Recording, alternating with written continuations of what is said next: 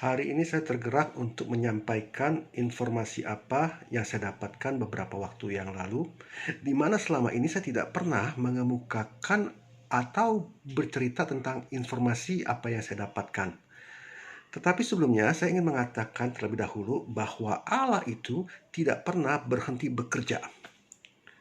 Banyak sekali bukti-bukti dalam Alkitab yang menyatakan bahwa Allah itu selalu bekerja dalam kehidupan manusia. Dalam kitab Roma 8 ayat 28 dikatakan bahwa Allah turut bekerja dalam segala sesuatu untuk mendatangkan kebaikan bagi mereka yang mengasihi Dia. Garis bawahi kata Allah turut bekerja dalam segala sesuatu.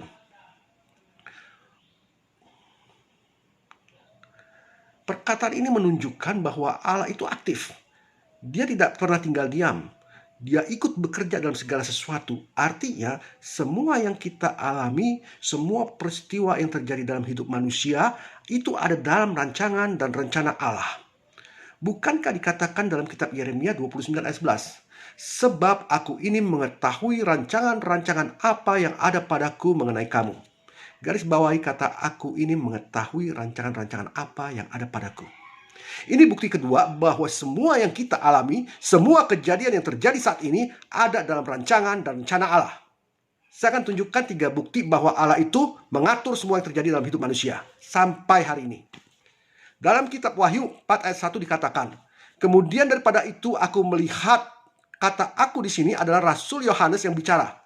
Dikatakan kemudian daripada itu aku melihat, sesungguhnya sebuah pintu terbuka dan di surga, dan suara yang dahulu kudengar berkata kepadaku seperti bunyi sangkakala. Katanya, naiklah kemari dan aku akan menunjukkan kepadamu. Kata aku akan menunjukkan di sini ditulis dengan huruf besar, berarti itu Tuhan Yesus yang bicara. Bukan Rasul Yohanes atau malaikat, tetapi Tuhan Yesus. Dikatakan aku akan menunjukkan kepadamu apa yang harus terjadi sesudah ini. Tolong kasih atensi pada kata apa yang harus terjadi sesudah ini. Sebab kata itu menunjukkan bahwa Allah telah bekerja untuk membuat rancangan atau rencana apa yang harus terjadi. Dalam kitab Wahyu kita sama-sama tahu bahwa saat itu Rasul Yohanes dibawa dalam penglihatan masuk ke surga. Bukan hanya masuk ke surga. Yang istimewanya adalah Rasul Yohanes dibawa sampai dapurnya surga. Dia melihat semua yang Allah lakukan. Dia melihat apa yang Allah rancangkan. Melalui pembacaan ayat firman Tuhan ini, maka kita dapat menarik kesimpulan bahwa Allah itu tidak pernah berhenti bekerja dan membuat rencana sampai hari ini. Semua yang terjadi, termasuk virus corona ini sudah ada dalam rencana dan rancangan Allah. Saya hanya ingin memberitahu bahwa rencana dan rancangan Allah tersimpan dalam rahasia alam semesta.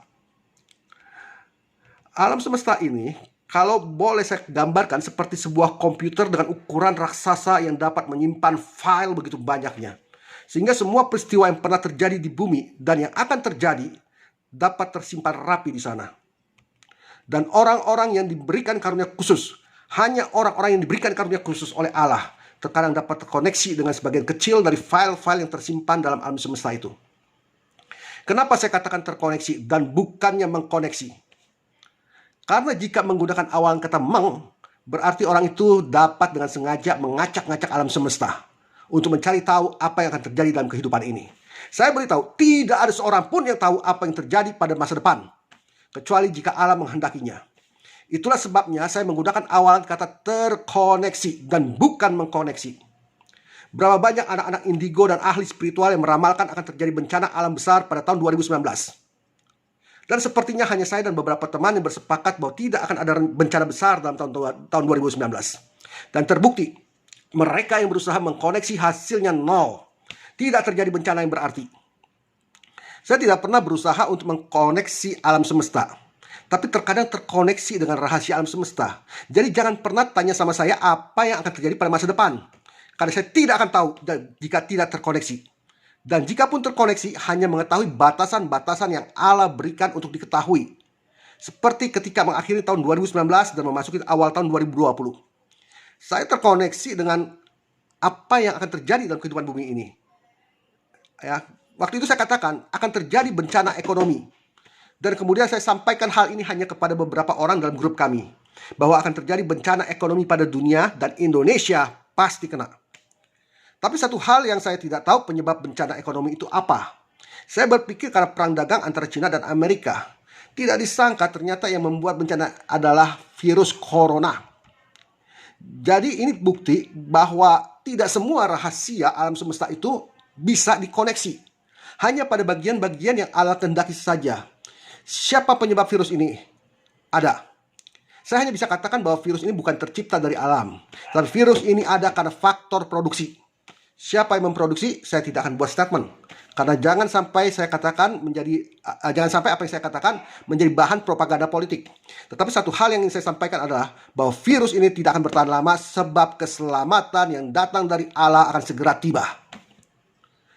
Prediksi yang saya dapatkan pada akhir April seharusnya sudah mulai menurun di Indonesia. Dan pada akhir Juni seharusnya sudah tertangani dengan sangat baik. Tetapi satu hal yang harus diwaspadai adalah ketika virus ini tertangani dengan baik, dikhawatirkan Indonesia mengalami bencana alam. Dan perlu diingat, bencana ekonomi belum teratasi saat itu.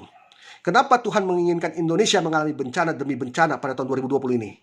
Karena tahun ini adalah merupakan tahun batu loncatan bagi Indonesia untuk menuju Indonesia hebat. Presiden saat ini adalah merupakan pendobrak. Saya harus katakan, presiden saat ini adalah pendobrak. Dan tugasnya berat. Tetapi jika segala keputusan yang dilakukan berhasil, maka Indonesia akan meroket naik. Dan pada tahun 2030, prediksi saya, Indonesia akan menjadi salah satu negara yang terkuat dan diperhitungkan oleh dunia. Sebagai akhir kata, saya mendorong semua dari kita yang berbangsa dan bernegara di Republik ini.